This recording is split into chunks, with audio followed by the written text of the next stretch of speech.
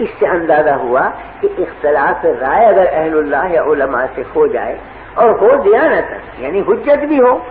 کوئی مذاکرہ نہیں، لیکن بے ادبی یا تمسخر یا تضحیق یہ کسی حالت میں جائز نہیں، اس لیے کہ بہرحال وہ عالم دین ہے جس سے آپ اختلاف کر رہے ہیں، اس کا مقام اور منصب نیابت رسول کا ہے، وہ نائب رسول ہے، اس کی عظمت واجب ہوگی۔ آپ امام ابی حنیفہ کے فقہ پہ عمل کرتے ہیں، 50 مسئلوں میں خلاف کرتے ہیں امام شافعی، لیکن ادنا درجے میں بے ادبی ذرہ برابر امام شافعی رحمہ اللہ کے قلب میں نہیں آ سکتی مومن کے،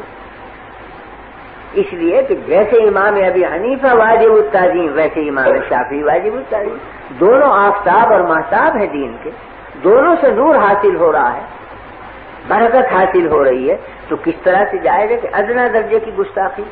تو گستاخی کرنا جہالت کی علامت ہے، استہزاء کرنا جہالت کی علامت ہے۔ موسیٰ علیہ السلام نے جب نصیحت کی ہے قوم کو اور فرمایا کہ یہ فلاں مقتول زندہ ہو جائے گا اگر بچڑے کا ذبح کر کے اس سے ملا دو،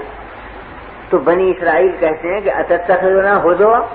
کیا آپ مذاق کر رہے ہیں، زندگی کر رہے ہیں ہماری ساتھ، کہاں بچڑا، کہاں اس کا ذبیحہ، کہاں مقتول کی لاش کو ملانے سے زندہ ہو جانا، کیا تعلق بچڑے کو اور زندگی کی؟ اتتخذنا ہزوا، کیا مذاق کرتے ہیں؟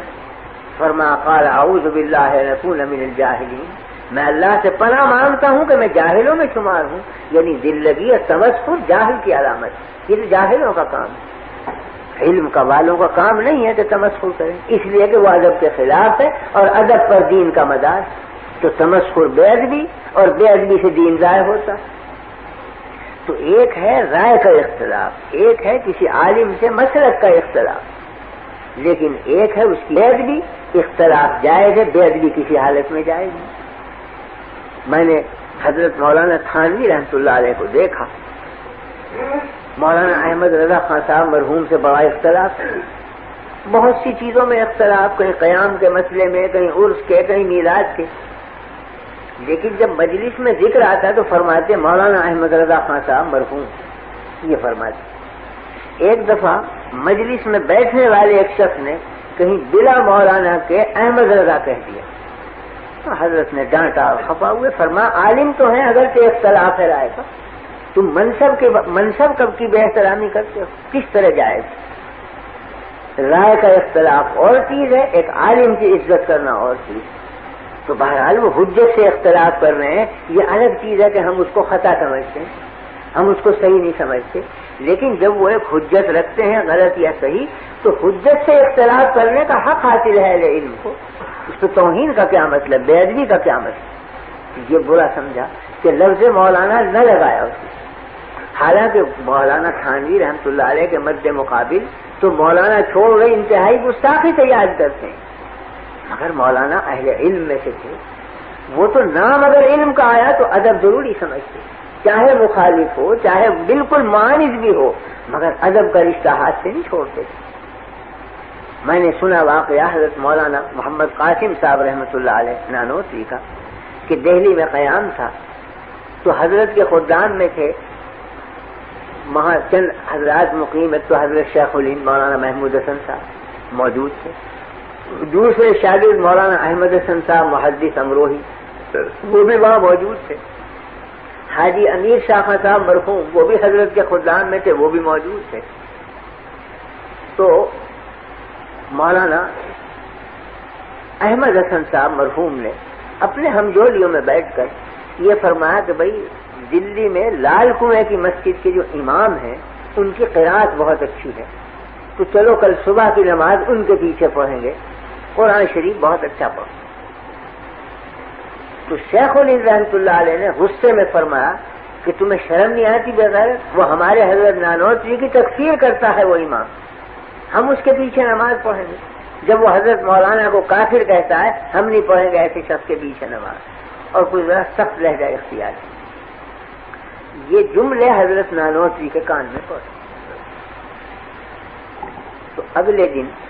حضرت نانوتوی رحمۃ اللہ علیہ ان سب شاگردوں کو لے کر اسی مسجد میں پہنچے صبح کی نماز پڑھنے کے لیے، اسی امام کے پیچھے جا کے نماز پڑھی۔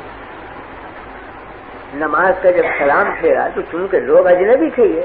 تو نمازیوں نے دیکھا کہ بھئی ہیں تو کچھ علماء صورت مگر ہیں اجنبی، تو کچھ کے گوئیاں ہوئی کون ہے معلوم ہوا کہ تو حضرت مولانا محمد قاسم صاحب اور یہ ان کے شاگرد مولانا شیخ الہند محمود الحسن صاحب ہیں اور یہ مولانا احمد حسن محدث امروہی ان کے تلمیذ ہیں۔ اب امام کو سخت حیرت ہوئی کہ میں تو انہیں رات دن کافر کہتا ہوں اور یہ نماز پڑھیں آج۔ تو خود بڑھے وہ امام اور کہا کہ حضرت میں آپ کی تکفیر کرتا تھا اور میں آج شرمندہ ہوں کہ آپ میرے پیچھے نماز پڑھیں، حالانکہ میں نے آپ کو کافر کہا۔ فرمایا مجھے قدر ہے آپ کے کافر کہنے اور میں آپ کی اور زیادہ عزت بڑھ گئی میری نگاہ میں کیونکہ آپ نے کافر کہا مجھے۔ کیوں؟ اس واسطے کہ آپ کو یہ روایت پہنچی کہ میں توہین کرتا ہوں رسول اللہ صلی اللہ علیہ وسلم کی، تو آپ کی غیرت ایمانی کا یہی تقاضا تھا کہ آپ مجھے کافر کہیں۔ ہاں البتہ شکایت اتنی ہے کہ وہ روایت غلط پہنچی، روایت کی تحقیق کر لینی چاہیے تھی کہ میں نے کی بھی ہے توہین یا نہیں، لیکن بہرحال تکفیر کی بنا ہے توہین رسول، اور توہین رسول جو مسلمان سنے گا تکفیر واجب ہے کرنا، کہ وہ کافر کہے وہ دائرہ اسلام سے خارج ہو گیا جو توہین کرے نبی کریم صلی اللہ علیہ وسلم۔ تو فرمایا میرے دل میں قدر ہے آپ کی قوت ایمانی کی کہ آپ نے مجھے کافر کہا، اس لیے کہ آپ کو یہ خبر پہنچی کہ میں توہین رسول کرتا ہوں۔ ہاں شکایت اتنی ہے کہ آپ تحقیق کر لیتے کہ یہ خبر صحیح ہے یا غلط، تو میں عرض کرنے یہ آیا ہوں کہ یہ خبر غلط ہے اور میں خود اس شخص کو دائرہ اسلام سے خارج سمجھتا ہوں جو ادنی درجے میں بھی توہین کرے نبی کریم صلی اللہ علیہ وسلم کی۔ اور اگر آپ کو یقین نہ آئے اور آپ سمجھتے ہیں میں کافر ہوں، میں اب آپ کے ہاتھ پر اسلام قبول کرتا ہوں، اشہد ان لا الہ الا اللہ و اشہد ان محمد رسول اللہ۔ وہ امام قدموں میں گرا، بچھا جاتا ہے بیچارہ۔ تو بات صرف یہی تھی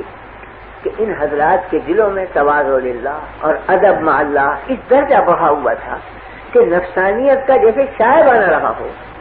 اور حقیقت کو سمجھتے تھے۔ تو استہزاء یا تمسخر یا بے ادبی یہ تو بجائے خود ہے، بے قدری تک بھی نہیں کرتے تھے اپنے معاندوں کی، بلکہ صحیح محمل پر اتار کر یہ کہتے تھے کہ یہ جو ہمیں کافر کہتے ہیں یہ بھی ان کی قوت ایمانی کی دلیل ہے۔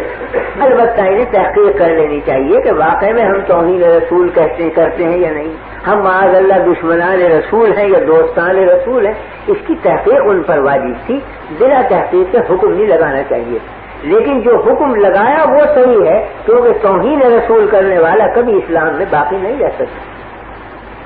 تو میرے عرض کرنے کا مطلب یہ تھا کہ تعدب اور ادب یہ بنیاد ہے دین کی، جس کو عارف رومی نے کہا ہے نا کہ الخدا فاہم توفیق ادب، بے ادب محروم مان فضل رب۔ ہم اللہ سے توفیق چاہتے ہیں ادب کی، کیونکہ بے ادب محروم ہوتا ہے فضل خداوندی سے۔